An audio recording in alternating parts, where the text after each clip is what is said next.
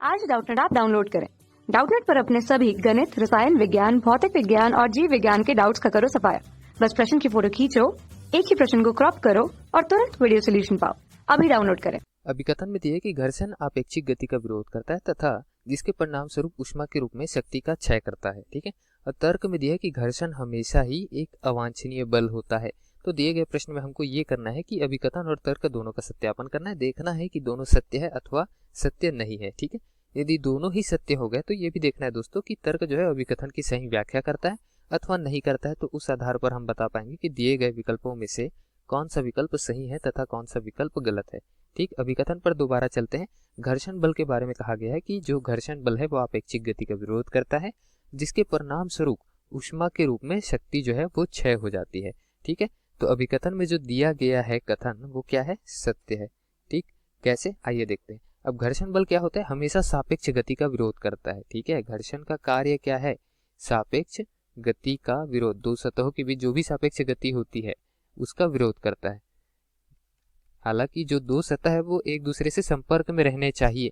उसका उदाहरण यदि आपको देखना है तो मैं रख देता हूँ किसी ब्लॉक को एक टेबल के ऊपर या मेज के ऊपर। ठीक। अब इन दोनों के बीच जो संपर्क सतह है वहां पर जिस ओर बल लगाया जाएगा उसकी विपरीत दिशा पर एक बल लगता है स्वतः ही, जिसको हम कहते हैं घर्षण बल। ठीक है। जिसको स्मॉल एफ से प्रदर्शित किया जाता है। ठीक। अब ये घर्षण बल जो है वो किस वजह से लगता है दोस्तों?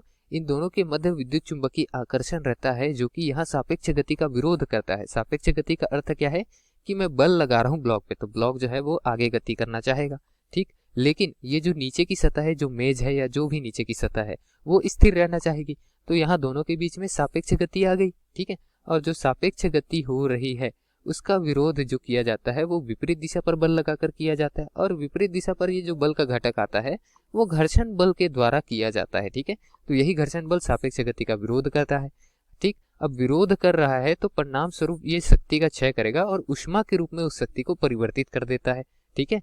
इसी नाम से हमने दैनिक जीवन पे देखा भी होगा कि यदि हम अपने हथेलियों को रगड़े तो जो घर्षण बल रहता है वो कहाँ विलुप्त हो जाता है? वो ऊष्मा के रूप में विलुप्त हो जाता है। ठीक है। मशीनों के कलपुर्जे जो रहता है वो एक दूसरे से घिसते हैं तो कुछ गर्म हो जाते हैं क्योंकि वहां पर घर्षण बल आता है और सापेक्षिक गति रहती है जिसका विरोध घर्षण बल के द्वारा किया जाता है। ठीक है। तो घर्षण आपेक्षिक गति का विरोध करता है, यहाँ तक तो ठीक था। अब घर्षण बल भी एक प्रकार का बल ही है। ठीक। ये बल जो है विस्थापन तो कर नहीं रहा है यहाँ पर, तो अपनी शक्ति जो है वो पूरी की पूरी ऊष्मा में व्यय करता है और इस तरीके से शक्ति का क्षय जो है वो परिणाम स्वरूप ऊष्मा के रूप में करता है। यहाँ पर देखिए कुछ ऊष्मा उत्पन्न हो जाती है और इसी घर्षण के जरिए हम माचिसों से आग भी लगाते हैं। तो वो घर्षण के जरिए ही तो संभव होता है। घर्षण नहीं होता तो हम माचिसों से आग भी नहीं लगा पाते, पत्थर रगड़ने से चिंगारियां नहीं निकलती। ठीक है। अब घर्षण हमेशा ही अवांछनीय बल होता है ऐसा तर्क में कहा गया है। तो दोस्तों तर्क पे जो दिया गया है वो असत्य है। ऐसा क्यों? क्योंकि घर्षण जो है वो तो हमारे लगाए गए जो बल है उसका विरोध भी कर रहा है तथा शक्ति का ये अपव्यय भी कर रहा है। ठीक है। मतलब ऊष्मा के रूप में शक्ति को व्यय भी कर रहा है। तो ये अनिश्चित बल है ऐसा हम मान सकते हैं कुछ कुछ स्थितियों में, वो भी पूर्ण स्थितियों में नहीं मान सकते। ठीक है। अनिश्चित बल कहने का अर्थ है कि हम चाहते हैं कि घर्षण ना हो, घर्षण को कम करने के लिए हम वहां पर स्नेहक भी लगाते हैं।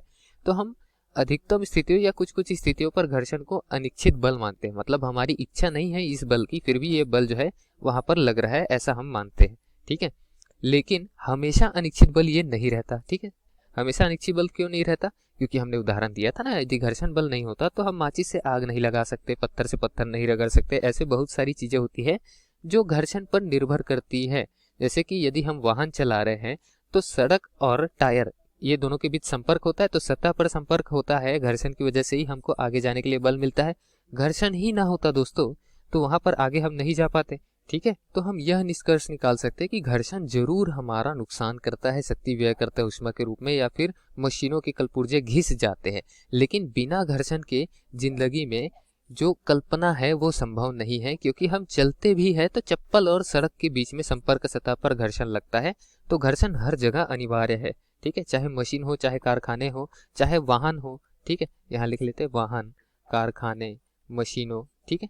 ये सभी जगह जो है घर्षण जो है संपर्क सतह पर लगना अनिवार्य हो जाता है बहुत जगहों पर। ठीक है। बिना घर्षण के कार्य नहीं हो सकता। इस वजह से घर्षण सदैव अवांछनीय बल है यह कहना गलत हो जाएगा जो कि तर्क में दिया है। ठीक है।